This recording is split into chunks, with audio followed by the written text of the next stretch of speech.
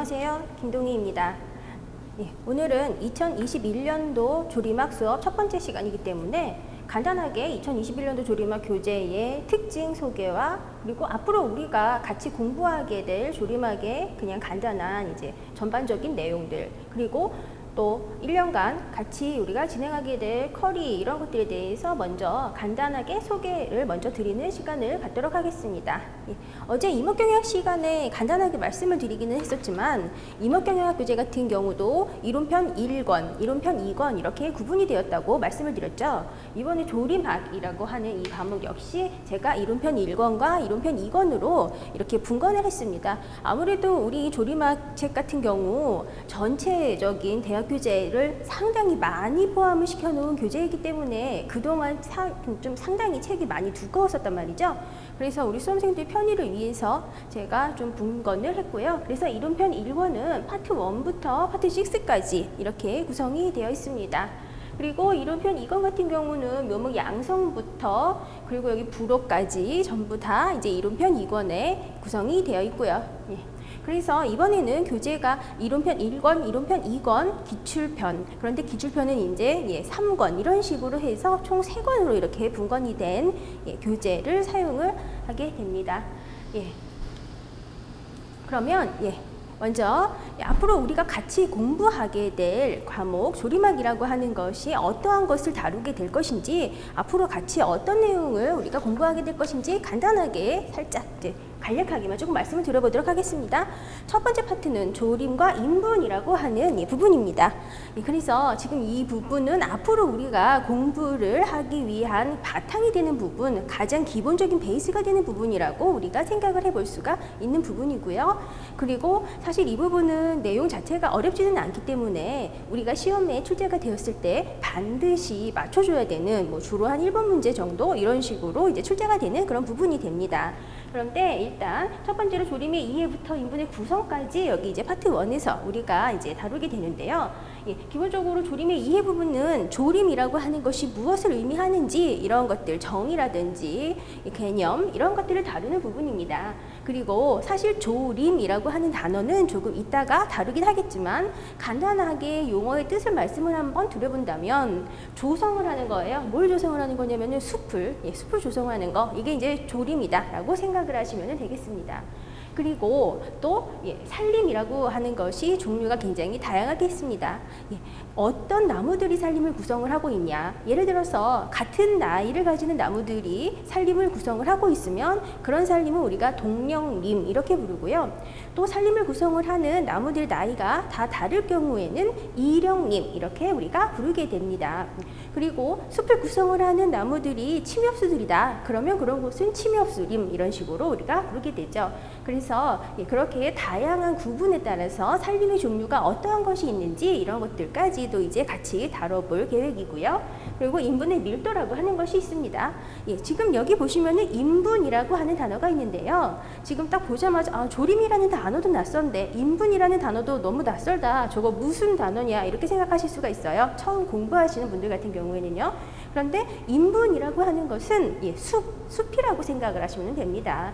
그래서 이 숲이라고 하는 것을 구성을 하는 것은 나무들이죠. 그래서 숲에 나무들이 얼마나 빽빽하게 있냐 이런 것들을 나타내는 것, 그게 이제 인분의 밀도 이렇게 생각을 하시면 되는 부분이 됩니다. 그래서 인분의 밀도가 높을 때와 낮을 때 나무들이 자라는 모양 이러한 것들이 좀 차이가 생기거든요. 그런 것들을 이제 구체적으로 다뤄보는 부분이 이제 인분 밀도와 관련한 부분이 됩니다. 그리고 여기 보시면 인분의 성장과 발달과 인분의 구성이라고 하는 것이 파트 1에 들어가 있는데요. 사실 이 부분은 우리가 같이 공부를 하지는 않는 그런 부분입니다. 이 부분은 제가 이제 참고 정도로 하시면 좋겠다라고 생각을 해서 집어넣은 부분이기 때문에 실제적으로 우리가 파트 1에서 같이 공부를 하는 부분은 이제 인분 밀도까지 같이 공부하신다고 생각하시면 되겠고요. 여기 있는 밑에 두 개는 이제 나중에 어느 정도 공부가 되시고 나서 한번 읽어보시면 이제 참고 용도로, 그리고 또 숲에 대한 특성을 이해하실 때 이제 좀 도움이 되는 부분 이렇게 생각을 하시면 되겠습니다. 그리고 이제 두 번째 파트 2 부분은 수목의 이해라고 하는 부분입니다. 예, 그래서 수목이라고 하는 것은 간단하게 나무예요. 예, 그래서 이 나무가 어떤 특성을 가지고 있는지 이러한 것들에 대한 내용을 구체적으로 다뤄보는 부분이 되는 것이고요. 그리고 이 부분이 대학교제 기준으로 말씀을 드려본다면 수목생리학의 내용이 들어가 있는 부분이 되는 것입니다. 그래서 파트 2 부분과 파트 3 부분이 구체적으로 수목생리학 책의 내용들을 포괄적으로 전체적으로 다 다루고 있는 부분이 됩니다. 일단 파트 2에서 첫 번째 다룰 사항은 수목의 모양, 형태 이런 것들에 대한 걸 이제 간단하게 다루고, 네. 그리고 이제 수목의 생장과 관련한 것이 이제 여기 파트 2에서 이제 챕터 2 부분에서 다루게 되는 부분인데요. 이 부분에서는 구체적으로 수목, 나무의 영양 생장 같은 것들을 이제 구체적으로 우리가 다루게 될 것입니다. 그러면 지금 제가 영양 생장이라는 말씀을 드렸는데요. 이 영양 생장이라고 하는 것은 영양기관이 자라는 것, 그것을 우리가 이제 영양생장 이렇게 표현을 합니다. 그러면 지금 제가 또 영양기관이라고 이제 말씀을 드렸는데, 영양기관이라고 하는 거는 어떤 부분들을 얘기를 하는 것이냐면 나무의 가지, 줄기 이런 부분들을 우리가 이제 영양기관 이렇게 표현을 합니다. 예, 그러면 그 나무의 가지, 줄기 이런 부분들이 자라는 거와 관련한 부분을 다루는 부분, 이런 거가 이제 여기 수목 생장에서 굉장히 우리가 중요하게 다루게 될 그런 부분인데요. 나무들이 점점 키가 굉장히 시간이 지나면 지날수록 나무들의 키가 자라게 되죠. 나무들의 키가 자라는 것은 나무의 원줄기가 점점 길어진다 이렇게 생각을 하시면 됩니다. 그런 것은 우리가 앞으로 뭐라고 부르게 될 것이냐면 수고생장 이렇게 부르게 됩니다. 수고라고 하는 것은 나무의 높이, 나무의 키를 의미하는 것이죠. 그리고 또 직경생장이라고 하는 것이 있습니다. 직경생장. 직경이라고 하는 것은 지름입니다. 나무가 오래 산 나무들을 보면은 나이테가 굉장히 많고 그리고 지름이 굉장히 넓어져 있는 형태를 우리가 볼 수 있습니다. 나무의 원줄기를 봤을 때. 그러면 보통은 나무가 이제 이렇게 생겼다라고 봤을 때 점점 나무가 시간이 지날수록 키가 커지는 게 수고생장이 되는 것이고, 그리고 점점 시간이 지날수록 직경, 한마디로 지름이 점점 넓어지잖아요. 오래 살면 이런 부분들을 다루는 것이 이제 직경생장. 그리고 나무의 줄기 부분, 가지 부분 이런 것들이 자라는 것이 이제 영양 생장에 대한 것이다 라고 생각하시면 됩니다. 그래서 이런 것들에 대한 걸 우리가 앞으로 굉장히 이제 구체적으로 이제 다루게 될 것이고요. 그리고 또 자라는 걸 또 이제 어떤 걸 기준으로 구분을 하냐에 따라서 유한생장, 무한생장, 그리고 또 고정생장, 자유생장 이러한 것들까지도 같이 다루게 될 것입니다. 그리고 물론 생식생장과 관련한 부분도 간단하게 이제 우리가 다루게 될 것이고요. 그리고 여기 이제 뭐 수목의 분류라든지 이런 건 이제 간단하게 보고 넘어갈 부분이고, 또 수목과 영양 부분이 있습니다. 이 부분은 나무들이 살기 위해서는 영양분 공급을 받아야 되죠. 그런데 나무들은 어떤 영양분을 필요로 하냐면 무기영양분이 필요합니다. 그래서 무기영양소라고 하는 것이 이제 필요한데, 무기영양소의 대표적인 것은 어떤 걸 우리가 예로 들어 볼 수 있냐면 질소, 인산, 칼리 이러한 것들을 구체적으로 예로 들어볼 수가 있습니다. 나무들은 땅에서 물을 흡수하고, 그리고 땅에서 물을 흡수하면서 거기에서 물을 흡수할 때 같이 그 속에 녹아있는 질소, 땅 속에 있는 그런 질소를 물을 흡수하면서 같이 질소, 인산, 칼리 이런 것들이 이제 같이 흡수를 하면서 몸체를 키워나가게 되는데요. 이러한 것들이 나무의 체내에서 어떠한 역할을 하게 되는지 이러한 것들도 우리가 이제 구체적으로 다뤄볼 것이고요. 그런데 지금 제가 이렇게 질소, 인산, 칼리 세 가지만 쓴 이유는 이 세 가지 무기영양소, 얘네들을 식물들이 가장 많이 먹는 원소거든요. 그래서 대표적으로 이제 얘네를 이제 여기 칠판에다가 적은 것이고요. 그리고 땅에서 이 질소, 인산, 칼리라고 하는 것을 나무들이 굉장히 많이 흡수를 하고, 나무뿐만 아니라 모든 식물들이 이 세 가지를 다 가장 많이 흡수하거든요. 그런데 사실 우리가 살림에서 나무를 기를 때에는 산에다가 비료를 갖다가 뿌리는 일은 거의 없지만, 다른 식물들을 기른다라고 봤을 때 얘네를 워낙 많이 먹기 때문에 땅이 이걸 무한대로 공급할 수 있는 건 아니잖아요. 그래서 우리가 땅에다가 얘네를 비료의 형태로 많이 이제 공급을 하게 되는데요. 그래서 가장 많이 땅에다가 공급을 한다. 나무가 많이 먹기 때문에, 나무뿐만 아니라 모든 식물을 많이 먹기 때문에. 그래서 이 세 가지를 우리가 비료의 3요소 이런 식으로까지도 표현을 하게 됩니다. 예, 그래서 이제 얘네들을 제외하고 뭐 얘네들뿐만 아니라 뭐 다른 무기 영양소가 또 어떤 역할을 하는지, 그리고 무기 영양소가 결핍이 되었을 때는 나무에서 어떠한 현상을 볼 수가 있는지, 이러한 것들 우리가 구체적으로 이제 다뤄보게 될 것입니다. 그리고 또 식물 호르몬이라고 하는 것도 여기에서 다루게 되는 것가 있는데요. 예, 식물 호르몬이라고 하는 것들의 이제 구체적인 예를 한번 들어본다면, 식물 호르몬의 종류 중에서 옥신, 그리고 지베렐린, 그리고 시토키닌, 요런 등등 요런 이제 식물 호르몬들이 있습니다. 그래서 식물의 몸속에 들어있는 이런 식물 호르몬들이 어떠한 역할을 하는지, 이러한 것들까지도 우리가 이제 구체적으로 여기에서 다뤄보게 될 것입니다. 그래서 사실 이 부분이 굉장히 어떻게 보면은 굉장히 넓은 부분을 이제 포괄적으로 많이 다루고 있는 부분이라고 볼 수가 있습니다. 네. 그리고 산림 환경과 관련한 부분까지 다 이제 수목생리학 책과 관련한 사항이다라고 아까 말씀을 드렸거든요. 그래서 산림 환경과 관련해서 구체적으로 기상, 토양 이렇게 두 가지로 구분을 했는데요. 이 기상과 관련해서는 우리가 굉장히 중요하게 다룰 사항이 뭐가 있냐면 광, 햇빛과 관련한 것들, 그런 것 부분들을 굉장히 중요하게 다루게 될 것입니다. 기본적으로 식물들은 광합성이라고 하는 것이라죠. 광합성이라고 하는 것을 하기 위해서는 이름 자체에 광이라는 것이 들어있는 것처럼 햇빛이 필요하단 말이죠. 그래서 이 햇빛을 받아서 광합성을 해서 무엇을 만드는지, 그러면 식물체가 햇빛을 받아서 광합성을 해서 만드는 건 뭐라고 우리가 부르냐면 탄수화물 이렇게 부르거든요. 그러한 이제 탄수화물을 만드는 과정에 대해서 좀 구체적으로 이제 여기에서 다뤄보게 될 것이고요. 그리고 식물체들이 이제 사는 것을 보면 햇빛을 많이 받는 지역에서 사는 식물들과 햇빛을 조금밖에 못 받는 지역에서 사는 식물들은 좀 자라면서 좀 잎의 모양이라든지 잎의 두께라든지, 그리고 햇빛에 반응하는 그런 뭐 과정들, 이런 것들이 조금 차이가 생기게 됩니다. 그래서 그런 것들까지도 이제 구체적으로 굉장히 좀 다뤄볼 그런 부분이 됩니다. 그리고 이제 토양이라고 하는 거, 토양도 역시 굉장히 중요하고, 이 토양이라고 하는 부분은 또 우리가 물론 암기도 있지만 또 이해를 또 상당히 많이 해야 되는 그런 부분이 됩니다. 우리 사람들은 걸어다니고 하지만 나무들은 걸어다니지 못하잖아요. 한 곳에 한 땅에 뿌리를 박고 죽을 때까지 산단 말이에요.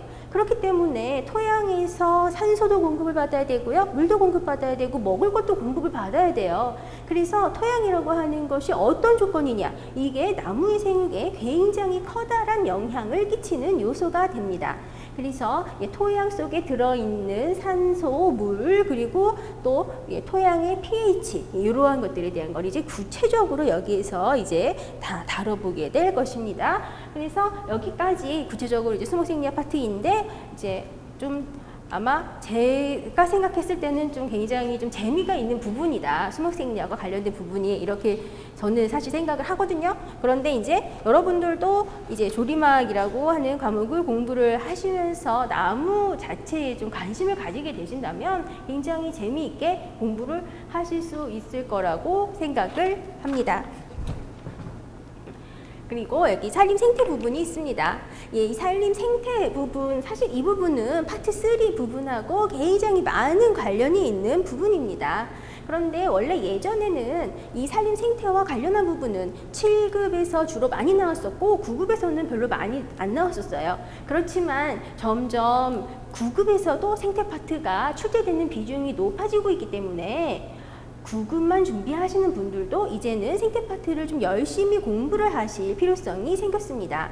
그런데 이 생태 파트에서는 주로 어떠한 부분들이 많이 출제가 되냐면요, 산림에서 유기물이 분해되는 거요. 그래서 분해의 정의가 무엇이냐, 그리고 천이가 무엇이냐, 여기도 이제 천이라고 하는 것이 있죠. 이런 천이가 무엇이냐, 그리고 천이의 종류가 무엇이냐, 이러한 것들이 또 많이 출제가 되고, 그러면 천이라는 말이 이제 나왔으니까 천이가 뭐냐면 어떤 한 산림에서 살고 있는 식물들의 종류가 변해가는 과정들, 그런 걸 우리가 이제 천이라고 부르게 됩니다. 예, 이러한 것들의 정의 그리고 종류 이런 것들까지 이제 우리가 다루게 될 것이고요. 그리고 공생, 기생, 그리고 뭐 여러 가지 지구에 있는 뭐 식물 군계, 지구의 식물 군계 이러한 것들이 이제 또 중요하게 다뤄지고, 그리고 종다양성과 관련한 부분, 그리고 뭐 열대림, 온대림 뭐 이런 부분들, 우리나라의 산림에 사실 어떤 나무들이 살고 있냐 이런 것들을 또 이제 우리가 얘기해 볼 수가 있습니다. 사실 우리나라 같은 경우 우리나라에서 가장 남쪽 근처 여기에는 이제 열대림을 구성을 하는 열대림이 아니라 난대림인데 지금 제가 열대림이라고 얘기했습니다. 그래서 우리나라의 가장 남쪽에는 이제 난대림을 구성을 하는 나무들이 살고 있어요. 그래서 우리나라 남쪽에 어떤 수종이 구체적으로 살고 있는지 이런 걸 우리가 또 얘기를 해볼 수가 있고, 그리고 우리나라에서 이제 북한이랑 가까운 쪽 있죠? 그쪽은 조금 좀 날씨가 좀 추워요. 그래서 그쪽으로 가깝게 가면 갈수록 한대림에 사는 그런 나무들을 좀 볼 수가 있습니다. 그래서 그렇게 한대림에 사는 나무들, 우리나라 북쪽 근처에서 볼 수 있는 애들은 구체적으로 또 어떤 애들이 있는지 이런 것들을 이제 또 구체적으로 또 다루게 될 것입니다. 그러면은 우리나라에서 남쪽에는 난대림, 그러면은 또 북쪽에는 한대림을 구성하는 수종, 그럼 중간에는 어떤 애들이 살냐면 중간에는 온대림을 구성하는 수종들, 이런 것들이 살게 되거든요. 그런데 그거는 그렇게 남쪽이냐 북쪽이냐 이렇게도 구분을 해볼 수가 있지만 산림에서 높이를 가지고서도 구분을 해볼 수가 있습니다. 우리 산에 가면 점점 위로 올라갈수록 추워져요. 그래서 산 꼭대기는 제일 온도가 낮아요. 그러면 여기는 어떤 나무들이 사냐면 이 꼭대기에는 한대림을 구성을 하는 수종들, 이런 것들을 볼 수가 있습니다. 그리고 산은 제일 아랫부분이 제일 따뜻하죠? 그럼 당연히 여기 아랫부분은 난대림을 구성을 하는 그런 애들을 볼 수가 있는 것이고요. 그리고 중간 부분은 온대림을 구성을 하는 수종들, 이런 것들을 볼 수가 있습니다. 그래서 구체적으로 그런 수종들, 얘네 이제 사실 어떻게 보면 얘네 다 우리가 암기를 해야 되는 부분인데요. 이런 부분들 구체적으로 이제 보게 될 거예요. 얘네들이 이제 시험에 나오고요. 그리고 지금 여기 보시면 제가 지구의 식물 군계라고 쓴 거 있습니다. 식물 군계가 뭐냐 이렇게 또 생각하실 수가 있는데요. 이거는 이제 구체적으로 얘기를 한다면 어떤 것들을 생각을 해볼 수 있냐면 지구에는 사막도 있죠. 그리고 냉한데 침엽수림도 있죠. 열대 우림도 있죠. 그러한 것들이 지구의 식물 군계의 종류가 됩니다. 그래서 그런 식물 군계의 특징과 그런 곳에 어떠한 나무들이 살고 있는지 이런 것들을 우리가 여기에서 같이 다루게 될 부분이 됩니다. 그래서 이제 얘네들이 이제 총체적으로 이제 생태 파트에서 주로 많이 나오는 것들이 무엇인지 이렇게 간단하게 말씀을 드렸습니다. 그리고 이제 임업종자, 임목육종 이런 부분들이 있는데요. 임업종자와 임목육종 부분은 상당히 이제 많이 밀접하게 관련이 있는 부분입니다. 그리고 또 임업종자 부분은 수목생리 부분하고도 역시 아주 관련이 많이 되어 있는 부분이고요. 그래서 임업종자 부분에서 종자의 이해라고 하는 것이 있는데, 이 종자의 이해와 관련해서는 요즘 들어서 어떤 게 굉장히 많이 출제가 되고 있냐 하면 종자가 어떻게 만들어지는지 이런 걸 구체적으로 알고 있냐, 이러한 것들을 많이 물어보고 있습니다. 그래서 구체적으로 중복수정 이런 것들, 중복수정이 무엇인지 이런 것들을 많이 물어보게 됩니다. 기본적으로 이제 나무에는 꽃이 있어요. 그리고 그 꽃에는 암술과 수술이라고 하는 것이 있죠. 그런데 암술과 수술, 그러면 이제 걔네들이 있는데 간단하게 이게 이제 암술 부분이라고 한번 생각을 해볼게요.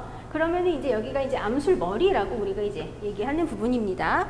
그러면 수술 부분에서는 꽃가루가 만들어지죠. 그러면 수술에서 만들어진 꽃가루가 암술 머리에 와서 딱 이렇게 자리 잡는단 말이에요. 그러면 이거 우리가 뭐라고 얘기하냐면 이런 과정을 우리는 여기 와서 암술 머리 위에서 딱 자리 잡는 과정을 수분이 되었다라고 표현을 하게 됩니다. 그런데 이 속에, 꽃가루 속에는 뭐가 들어있냐면 정핵이라고 하는 것이 들어있습니다.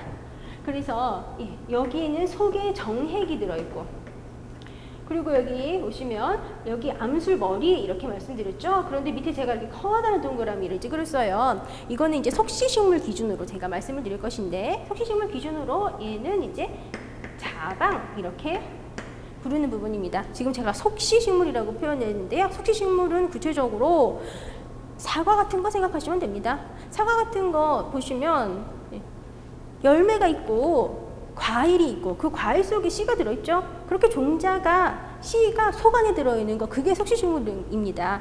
그래서 이게 자방이라고 하는 것이 있는데, 자방은 한마디로 종자가 들어있는 방, 이게 나중에 시간이 지나면 열매, 과실이 될 부분이 되는 것이고, 그 안에는 배주라고 하는 것이 들어있습니다.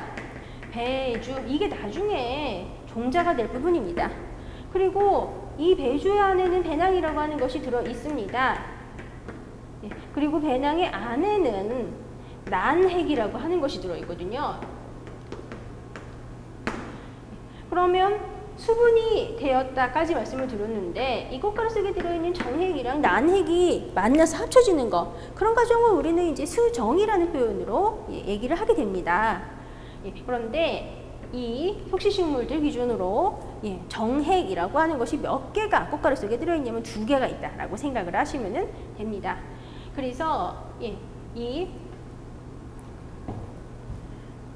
정핵이 2개가 있는데, 이거 제가 컬러로 좀 한번 표시를 해 볼게요. 정핵이 이제 2개가 있고, 그리고 얘네들은 이제 우리가 뭐라고도 부르냐면은 생식핵이다, 이렇게도 이제 부르게 됩니다. 왜 생식핵이라고 부르냐면은 후대를 만드는 데 역할을 하는 것이기 때문에 생식핵 이렇게 이제 부르게 됩니다. 그리고 지금 여기 이제 배낭 부분도 좀 제가 추가적으로 이제 얘기를 하고 더 구체적인 이제 수정에 대해 말씀을 한번 들어볼 건데요. 지금 보시면 난핵은 제가 1개 그렸어요. 핵 1개. 이거는 우리가 이제 1N, 핵 1개짜리라서 이렇게 얘기하고요. 그리고 여기 배낭 안에는 핵 2개짜리인 극핵이라고 하는 것이 있습니다. 그리고 지금 여기 꽃가루 속에는 생식핵 외에도 영양핵이라고 하는 것이 하나 들어있습니다. 그 영양핵은 우리가 다른 이름으로 뭐라고 부르냐면 화분관핵 이렇게 부르는 것이 있습니다. 그러면 정핵은 여기 있고 난핵은 여기 있는데 이 2개가 만나는 게 수정이라고 말씀드렸어요. 그러려면 어떻게 만나냐? 지금 이 속에 들어있는 화분관핵이라고 하는 것이 있죠? 걔가 다리를 쭉 뻗어준단 말이에요. 다리를 쭉 뻗어요. 쭉 뻗어가지고 여기로 이렇게 해서 여기 이렇게 딱 끼워줘요. 그래서 한마디로 화분관핵이 이렇게 다리를 뻗어줌으로써 길을 만들어주면, 그 길을 타고서 정액이 2개가 또로로로 타고 요 길로 들어가게 됩니다. 그래서 정핵 2개 중에서 1개는 난핵이랑 만나고, 정핵 2개 중에서 1개는 극핵이랑 만나게 됩니다. 그래서 이렇게 정핵이 이 2군데에서 합쳐진다. 이거 우리가 이제 중복수정 이렇게 표현을 하게 됩니다. 그런데 이제 이러한 것들, 속시식물에서 볼 수 있는 이런 현상들, 이게 굉장히 많이 출제가 되고 있습니다. 요즘에는요. 그러면은 극핵 2n 플러스 1n, 얘네는 그러면은 결과적으로 3n짜리 핵 3개짜리가 만들어진 것인데요. 얘네는 뭐라고 부르냐면 배유핵이라고 부르는 것이 되고요. 얘는 시간이 지나면은 배유가 될 것입니다. 그리고 여기 이렇게 1n 플러스 1n 만난 것 있죠? 이거는 이제 2n짜리 핵 2개짜리가 된 것인데, 얘는 우리가 접합자라고 부릅니다. 그리고 이제 얘가 접합자라고 하는 것이 나중에 배가 될 부분이 됩니다. 그래서 배유는 속시식물 기준으로 3n이고, 배는 속시식물 기준으로 2n이라더라. 이런 사항들이 요즘 들어서 굉장히 많이 출제가 되고 있으니까 나중에 또 구체적으로 설명드릴 건데 지금 간단하게 한번 말씀드려본 거거든요. 이러한 것들이 이제 굉장히 많이 출제되는, 우리가 꼭 반드시 알고 넘어가야 되는 그런 부분이 되고요. 그리고 이제 종자 채집을 하는 방법이라거나 조제 방법, 그리고 종자를 저장을 할 때에 조그맣고 굉장히 건조한 종자는 어떻게 저장을 할 것이냐, 그리고 종자의 크기 자체가 크고 또 수분이 많은 경우에는 어떤 식으로 저장을 할 것이냐, 그리고 활력이 있는 종자가 무엇인지 활력이 없는 종자가 무엇인지, 이러한 것들을 알아보기 위해서 검사 방법들이 있는데, 그런 방법들은 무엇이 있는지 이런 것들을 여기서 우리가 다뤄보게 됩니다. 그리고 여기 보시면 최종림과 최종원이라고 하는 것이 있습니다. 그러면 여기서 종자가 의미하는 건 당연히 종자를 의미하는 종자가 되는 것이고요. 그리고 림, 이건 뭐냐면 숲을 의미하는 림자입니다. 그러면 이건 뭐냐면 뭐 채집한다 이런 표현할 때 채자 쓰죠. 그거예요. 그래서 지금 여기는 뭐냐면 종자를 채집하기 위한 숲이에요. 간단하게 얘기하면 그거 우리가 이제 채종림 이렇게 생각하시면 되고요. 그리고 이 채종림은 내가 만든 건 아니에요. 이거는 원래 있었던 산림인데 여기서 내가 질 좋은 종자를 좀 채집을 해야 되겠다. 내가 너를 채종림으로 지정할게. 이렇게 하면 이게 채종림인 것이고요. 그런데 채종원이라고 하는 것이 있습니다.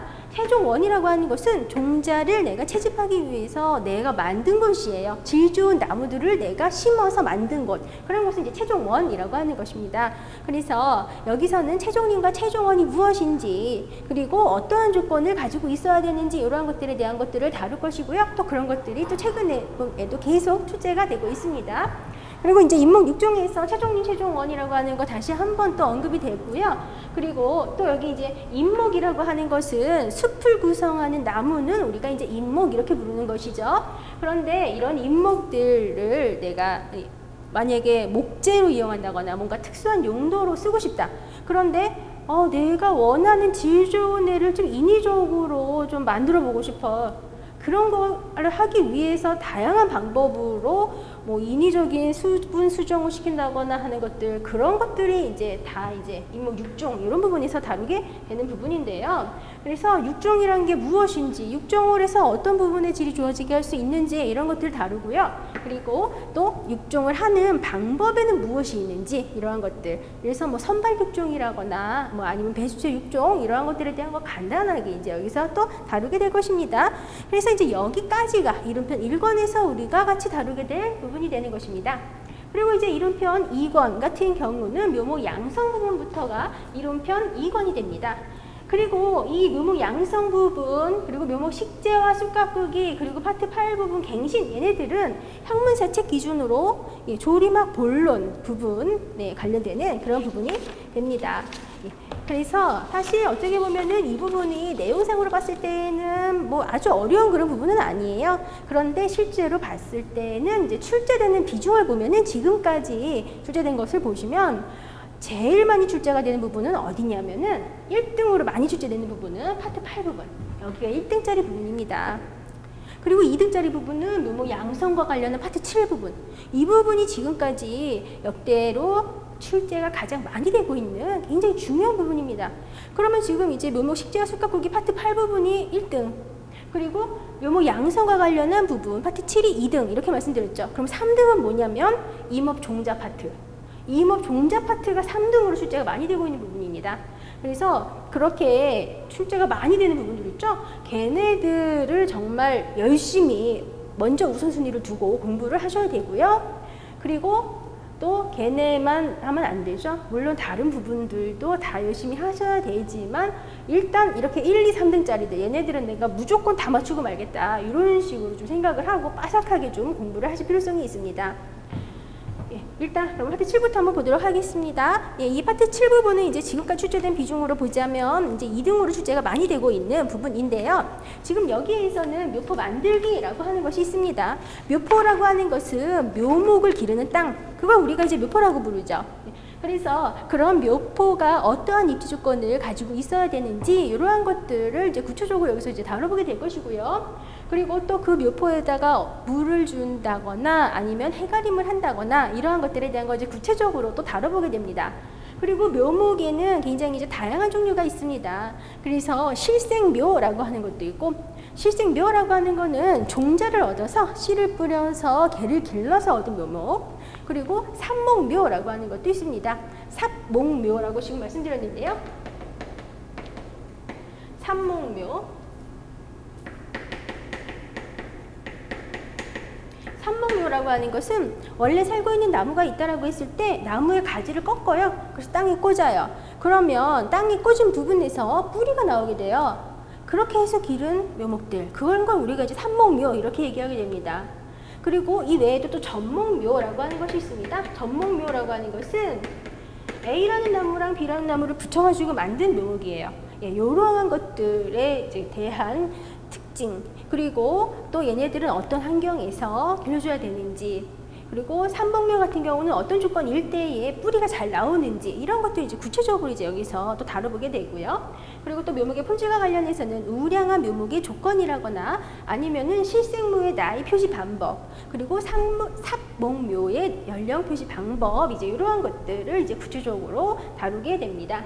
그리고 묘목 식재와 숫가꾸기와 관련해서는 이렇게 묘목 양성 부분, 이런 부분에서 다룬 그런 묘목들을 살림으로 가져가서 심는 방식, 이런 걸 구체적으로 이제 여기서 다루는 것이고, 그리고 파종조림이라고 하는 것이 있습니다. 이거는 묘목을 가지고 가서 심는 것이 아니라 산에다가 그냥 내가 씨를 직접 뿌리는 거예요. 그렇게 해서 걔네가 싹이 나서 자라서 숲이 형성되게 하는 거, 그걸 파종조림이라고 하고, 직접 씨를 뿌려서 조림을 한다, 숲을 구성한다라고 해서 직파조림 이렇게 표현합니다. 그래서 이 파종조림이 잘 되는 수종과 그렇지 않은 수종, 그리고 어떤 애들을 파종조림을 해야 되는지, 이런 것들을 이제 여기서 구체적으로 또 다루게 되고요. 그리고 이제 숲가꾸기라고 하는 것이 있는데, 나무를 심든 파종조림을 하든 그렇게 해서 어쨌든 숲에 나무가 살게 만들었어요. 그러면 그 나무들이 잘 살 수 있게 내가 도와줘야 되겠죠. 잘 가꿔줘야 되겠죠. 그런 과정들을 이제 여기서 다루게 됩니다. 그래서 숲가꾸기와 관련해 가지고는 풀베기라던가 아니면 풀베기 덩굴 제거, 어린 나무 가꾸기,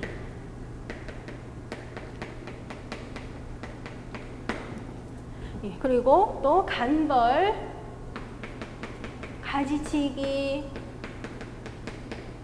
이러한 것들 등등등 여러 가지가 있는데, 이제 이러한 것들이 이제 다뤄지게 되는 것입니다. 그리고 아까 이 파트 8 부분이 지금까지 봤을 때 가장 출제가 많이 되고 있는 출제 비중 1등 차지하고 있는 부분이라고 말씀드렸는데요. 이 파트 8 부분이 1등이 되는 것은 다 이 숲가꾸기와 관련한 부분, 여기하고 아주 밀접한 관련이 있다고 생각하시면 됩니다. 그래서 숲가꾸기와 관련한 부분 너무너무 중요한 거라서요. 우리가 나중에 굉장히 좀 빠삭하게 다루게 될 부분입니다. 그리고 이제 파트 9 작업종 갱신이라고 하는 것이 있습니다. 우리가 살림에다가 만약에 인위적으로 내가 나무를 심어서 걔네를 가꿔서 잘 살게 만들었다라고 한번 생각을 한번 해보자고요. 그러면 내가 인위적으로 그렇게 나무를 심어서 잘 가꿔주는 것은 뭔가 이용을 하기 위한 목적이 있기 때문인 거였어요. 그런데 우리 조리막 본론 기준으로는 주로 어떤 거에 기준을 두고서 나무를 가꿔주는 거를 많이 다루냐면 용재로 이용하는 거. 예를 들어서 나무를 길러가지고 뭐 가구를 만든다거나 건물을 짓는 데 쓴다거나 이런 것도 있잖아요. 그런 거 이제 우리가 용재라고 해요. 그런데 그런 거를 만들기 위해서, 용재로 이용하기 위해서 잘 가꿔주는 거, 이런 것들을 다루게 되거든요. 그러면 나무를 길러가지고 이제 얘를 잘라서 썼다라고 한번 해보자고요. 그러면은 나무를 자르는 거는 우리가 벌채라고 표현을 합니다. 그러면 벌채를 하고서 그 땅이 허허벌판이 되게 그냥 놔두는 거 아니죠. 우리는 나무를 자르자마자 인위적으로 가서 묘목을 심어주든지 아니면 씨를 뿌리든지 해서 또다시 살림이 형성이 되게 한단 말이에요. 그렇게 또다시 벌채와 동시에 또다시 바로 살림이 형성이 되게 하는 것, 그걸 우리가 이제 갱신이라고 표현을 하게 됩니다. 그래서 이제 여기에서는 갱신과 관련한 구체적인 작업 방법들, 그런 것들을 이제 여기서 다뤄보게 되는 것이고요. 그런 것들은 이제 개벌, 택벌, 뭐 산벌 이런 것들이 있는데요. 걔네들은 이제 공부를 하시다 보면은 내용 자체가 어렵지는 않아요. 그래서 굉장히 좀 쉽게 좀 수월하게 공부하실 수 있는 부분이에요. 그리고 지금 이 작업종 갱신과 관련한 부분은 출제 비중으로 봤을 때 4번째, 4등을 차지하는 부분이 됩니다. 그 다음에 이제 주요수종의 특성이라고 하는 걸 이제 다루고 있습니다. 그런데 원래는 주요수종의 특성과 그리고 또 다음 파트인 산림보호 파트가 별로 그렇게 많이 출제가 되지는 않았었어요, 예전에는요. 그런데 점점 문제를 어렵게 내려고 출제자들이 많이 노력을 하다 보니까 파트 10, 11부분에서도 예전에 비해서는 조금 문제가 자주 좀 출제가 되는 것을 볼 수 있습니다. 그렇지만 기출된 사항과 관련된 것들을 확실하게 잘 이해하고 있으면 답을 찾을 수 있는 수준들, 그런 것들이 주로 많이 출제가 됩니다. 그리고 또 이제 여기 파트 10 부분, 이 부분을 보시면 아마 그림이 상당히 많이 있는 것을 보실 거예요. 그래서 문제를 좀 어렵게 내야 되겠다라고 하면은 그런 그림에 있는 부분을 딱 출제를 해요. 그래서 어떤 나무의 잎 모양 이런 거 그림을 딱 주고서 이거 어떤 나무 잎이냐 찾아라, 이런 것들 문제가 출제가 됩니다. 그래서 이런 그림들은 자주자주 눈도장을 찍어주실 수 있게 그렇게 좀 해주셨으면 좋겠습니다. 그리고 이제 여기 보시면은 챕터 3 잎의 특성에 따른 분류라고 하는 것이 있습니다. 그래서 지금 이와 같은 것은 어떤 거가 이제 언급이 되냐면 속시식물들 중에서 잎이 어긋나는 수종이 있고요. 잎이 서로 마주보면서 자라는 수종이 있고 복엽을 갖는 수종이 있습니다. 잎이 여러 개가 서로 겹쳐져 있는 형태, 그거 복엽이라고 표현합니다. 예, 그러한 것들, 어떤 수종들이 있는지 이제 구분을 하는 것, 그러한 것들이 이제 여기에서 다루게 될 부분이 됩니다. 그리고 이제 산림보호와 관련한 부분은 비생물적 산림 피해와 생물적인 산림 피해, 이러한 것들이 있습니다. 그런데 비생물적 산림 피해라고 하는 것은 구체적으로 어떤 걸 생각을 해볼 수가 있냐면 고온에 의한 피해, 저온에 의한 피해, 산불에 의한 피해, 대기 오염에 의한 피해, 이러한 것들, 그런 것들이 이제 여기 비생물적 산림 피해에서 다루게 될 것이고요. 생물적 산림 피해 같은 경우는 곰팡이에 의한 피해, 그리고 또 세균병, 곰팡이병, 세균병, 이러한 것들, 그리고 또 파이토플라즈마에 의한 병, 이러한 것들, 그런 것들이 이제 여기에서 이제 다뤄지게 될 부분입니다. 그런데 얘네들 부분들은 산림보호와 관련된 부분들은 아까도 살짝 말씀드렸지만 자주 출제가 되었었던, 기출이 많이 됐었던 부분들, 걔네를 확실하게 알고 걔네와 관련된 내용들을 좀 확실하게 보신다면 그래도 또 수월하게 답을 찾을 수 있게 아직까지는 이제 그렇게 출제가 되고 있습니다. 그리고 지금 제가 칠판에다가 집어넣지는 않았어요. 여기에다 구체적으로 넣지는 않았지만 아까 교재 소개를 이제 말씀을 드릴 때 조리막 여기 이론편 2권에 부록들이 있다라고 말씀드렸어요. 그런데 그 부록 중에는 지속 가능한 산림자원 지침이라고 하는 것이 있습니다. 우리가 이제 이 지속 가능한 산림자원 지침이라고 하는 것이 부록에 들어 있지만 사실 그 부분은 굉장히 중요한 부분입니다. 아까 전에 파트 8 부분, 숲가꾸기와 관련된 부분이 굉장히 많이 출제가 된다고 했는데요. 사실 그 숲가꾸기와 관련한 부분은 우리가 이제 이론 수업을 진행을 하면서 부록을 같이 보게 될 거예요. 그래서 이 부록의 내용과 파트 8 부분의 내용이 많이 겹치고 또 파트 8 부분을 공부하면서 반드시 이 지침을 같이 공부해야만 우리가 파트 8과 관련된 풀베기 가지치기 얘네들과 관련한 부분의 정답을 다 찾을 수가 있습니다. 그래서 부록이라고 해서 절대 무시하시면 안 되는 그런 부분이 지속 가능한 산림자원 지침이 됩니다. 그래서 우리가 앞으로 이제 이러한 것들을 같이 공부를 하게 될 것입니다.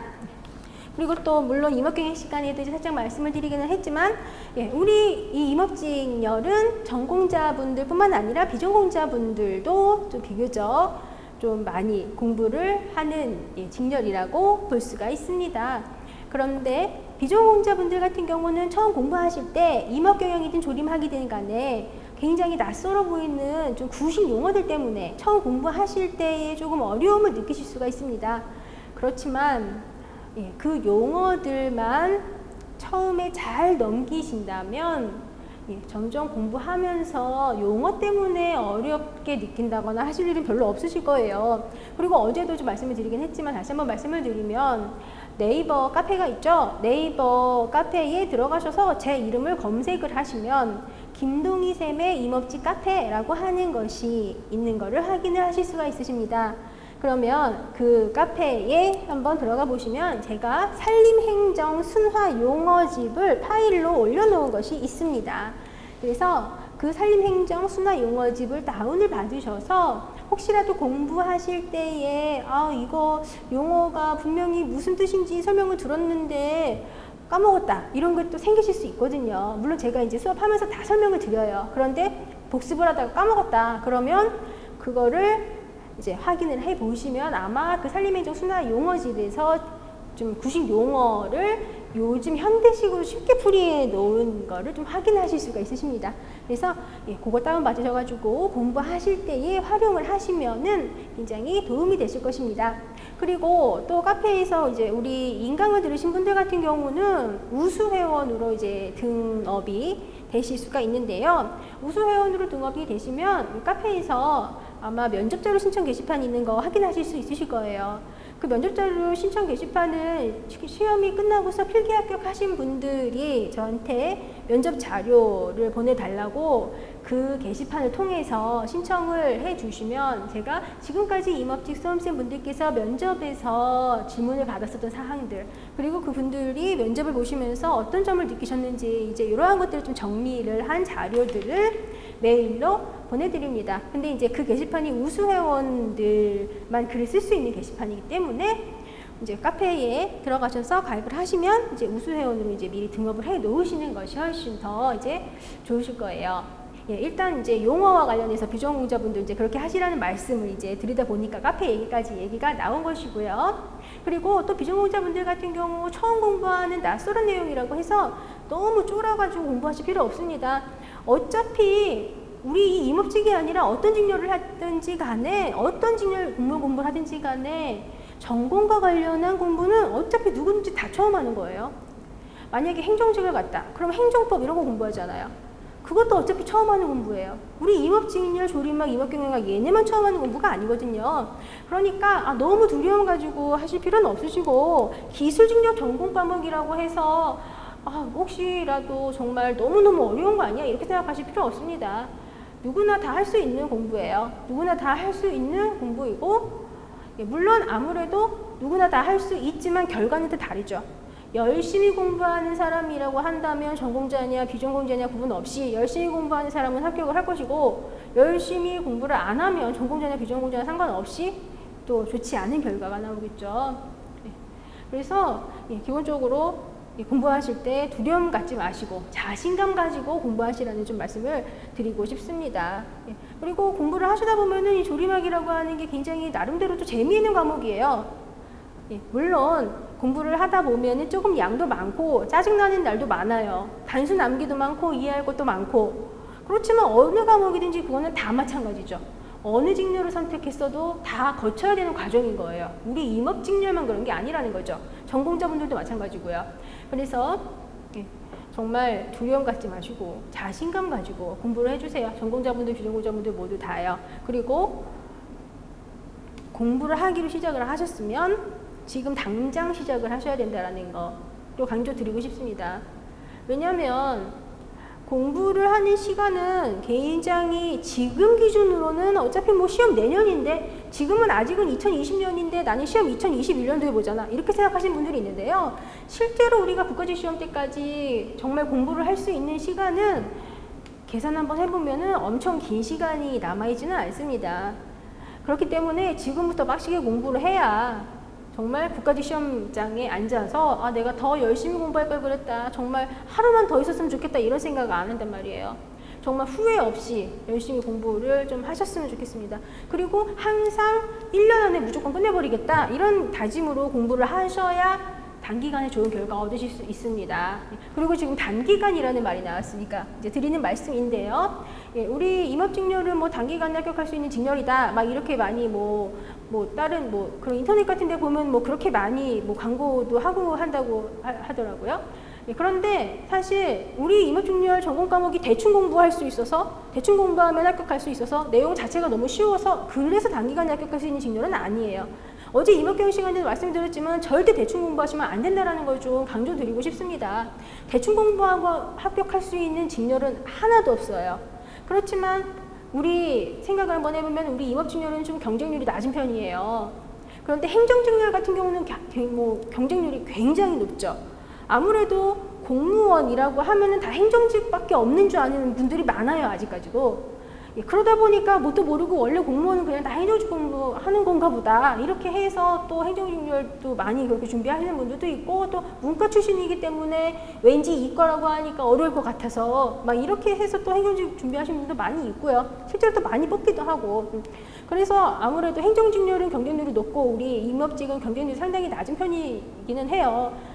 그런데 그렇게 경쟁률이 낮은 편이기 때문에 행정직렬을 공부하듯이 열심히 공부를 한다면 경쟁률이 높은 행정직보다 좀 빨리 합격을 할 수 있다, 이거지. 공부를 조금 해서 합격할 수 있는 직렬은 절대 아니에요.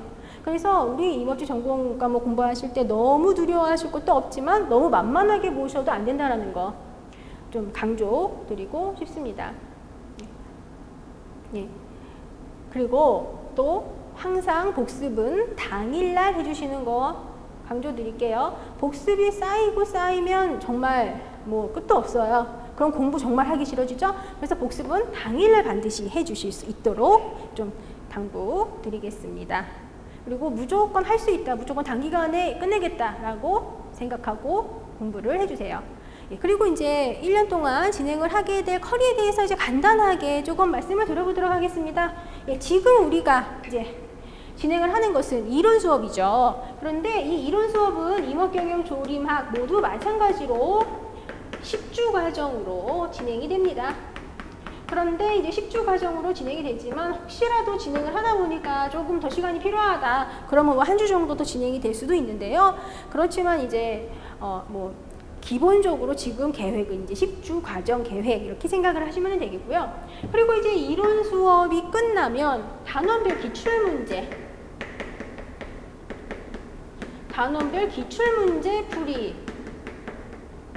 과정이 진행이 됩니다. 원래 작년까지만 해도 단원별 기출문제 풀이 플러스 연습문제 이렇게 해서 단원별 문제풀이반이 진행이 되었는데 이번에 2021년도부터는 단원별 기출문제 따로, 단원별 예상문제 따로 이렇게 과정이 분리가 되었습니다. 그래서 단원별 기출문제 풀이가 약 5에서 6주 정도 진행이 될 것이고요. 그리고 이게 끝나면 바로 단원별 예상문제 풀이반이 진행이 됩니다. 그래서 단원별 예상문제 풀이반도 약 5에서 6주 과정 진행이 됩니다. 그리고 이제 이게 끝나면 모의고사반으로 넘어가게 돼 있죠. 그러면 이제 모의고사반으로 넘어가면 맨 처음에는 국가직 대비 모의고사반이 진행이 됩니다. 이거는 보통 한 4에서 5주 정도 진행이 되고요. 국가직 대비 모의고사반이 이제 끝나면 국가직 시험 보고 그러면 이제 지방직 대비 모의고사반, 지방직 대비 모의고사반이 진행이 되는데 지방직 대비 모의고사반은 이제 약 6주 정도 이렇게 생각하시면 됩니다. 그래서 모의고사반은 이제 두 개 다 합해서 한 10에서 11주 총으로 한다면 그 정도 이제 진행이 되겠고요. 예, 그렇게 하면 이제 이 6주 과정이 끝나면 지방직 시험을 보시고 그러면 이제 우리는 이제 2021년도 대비 커리가 모두 완료가 됩니다. 예. 그런데 사실 이 커리만 따라오기에도 시간 촉박해요. 아, 나는 이걸 전공 과목, 나는 공통 과목을 열심히 하고 전공 과목은 조금 해야지 막 이렇게 생각하시는 분들 계시는데 공통 과목만 열심히 하고 나는 나중에 이 전공 과목은 이 두 과목은 내가 나중에 정말 막 벼락치기로 막 빡시게 막 이렇게 해가지고 만약에 한 2월 이때부터 시작해야지 이런 식으로 생각하시는 분들 계시는데 그러면 진짜 힘들어져요. 그러면은 물론 이 커리를 한 방에 단기간에 다 할 수도 없을 뿐더러 너무너무 막 시간 촉박한데 할 게 너무 많다 보니까 막 마음만 급하고 오히려 그럴 땐 또 머릿속에 들어오지 않는 말이에요. 그래서 커리를 이제 다 따라오실 계획이시라고 한다면 지금부터 차근차근 꼭 이제 잘 따라오시는 게 아마 나중에 가서 막 너무 시간이 부족해서 심장 두근두근거리고 하는 일이 없으실 거예요. 그리고 이 커리 따라오시면서 복습하시면서 공통 과목까지 같이 공부하고 그렇게 하다 보면 정말 시간 꽉 차요. 그리고 공통 과목만 중요하기 때문에 그것만 잘 합격하는 거 아닌 거 아시죠? 또 그렇다고 또 반대로 전공 과목만 중요해서 전공 과목만 잘해서 합격할 수 있는 것도 아니에요. 우리는 국어, 영어, 국사 그리고 임업경영 조림학이 5과목이 전체적으로 다 균형이 맞아서 5개 다 잘해야 돼요. 그죠? 물론 막 합격선이 막 90점 막 이러진 않아. 물론 지방직 같은 경우는 아주 90점대부터 50점대까지 아주 다양하긴 하지만 어쨌든 그 5개를 균형을 다 잘 맞춰서 공부 좀 해주시고 그리고 너무 공통 과목에만 치중을 한다거나 너무 전공 과목에만 치중한다거나 하지 마시고 균형 잘 맞춰주세요. 다른 거 다 잘해도 한 개 꽈락 나면 꽝이에요. 그죠? 그러니까 시간을 충분히 계획적으로 좀 효율적으로 계획적으로 쓰실 수 있도록 해주시고 차근차근 잘 따라오시면 분명히 2021년도 시험에서 좋은 결과를 얻으실 수 있으실 것입니다. 네, 그래서 이제 이렇게 우리가 이제 같이 진행을 하게 될 거예요. 아까 살짝 말씀드렸지만 복습은 무조건 당일 해주세요. 예, 그거 다시 한 번만 강조드리고, 예, 지금 일단 첫 번째 간단하게 앞으로 어떻게 하게 될지 설명을 드리는 시간을 여기서 마치도록 하겠습니다. 10분 쉬었다가 이제 본 수업 진행하겠습니다.